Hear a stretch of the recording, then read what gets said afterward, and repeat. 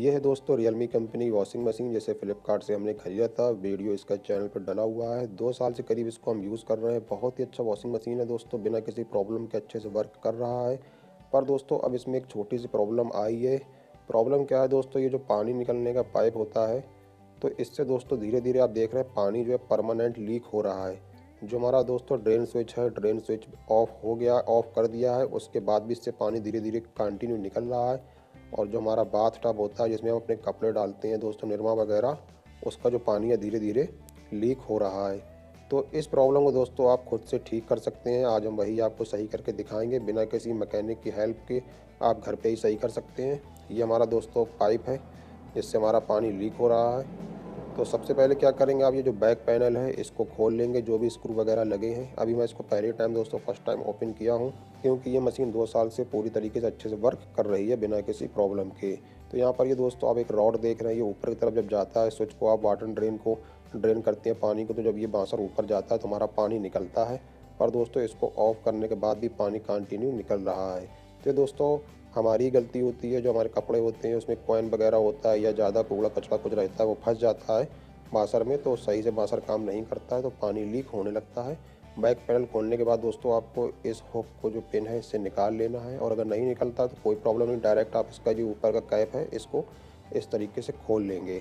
और दोस्तों जितनी भी वॉशिंग मशीन होती हैं ज़्यादातर सभी में सेम मैकेनिज़्म होता है, कोई ज़्यादा अंतर नहीं होता है। तो आप भी आसानी से कोई भी वॉशिंग मशीन इस तरीके से रिपेयर कर सकते हैं। ये कैप दोस्तों हमारा खुल गया है, एक स्प्रिंग होगी ऊपर की तरफ कर देंगे, और ये दोस्तों जो एक रबड़ का बांसर आपको दिख रहा है इसको आप निकाल लेंगे। जो भी दोस्तों एक्स्ट्रा पानी है अभी हमारे जो बाथ टब होता है वो निकल रहा है अभी।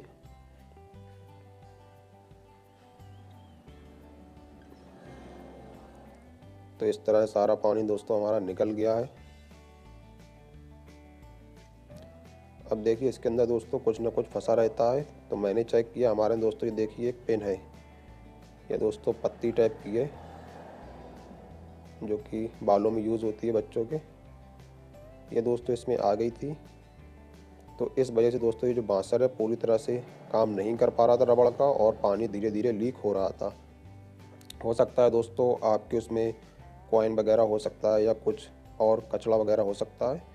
तो इसको आप देखेंगे कुछ इस तरीके से ये आपको दिखाई देता है। इसको आप एकदम क्लीन कर लेंगे, ज़रा भी इसमें कचरा नहीं होना चाहिए।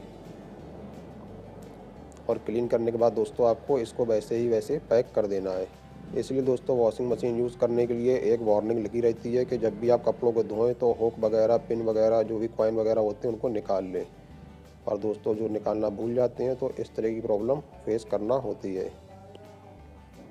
तो सिंपली आप इसको दोस्तों साफ़ कर लेंगे। साफ़ करने के बाद जो ये हमारा बांसर है रबड़ का, इसको सेम वैसे ही वैसे लगा देंगे क्लीन करने के बाद। और जो स्प्रिंग है दोस्तों उसको भी लगा देंगे।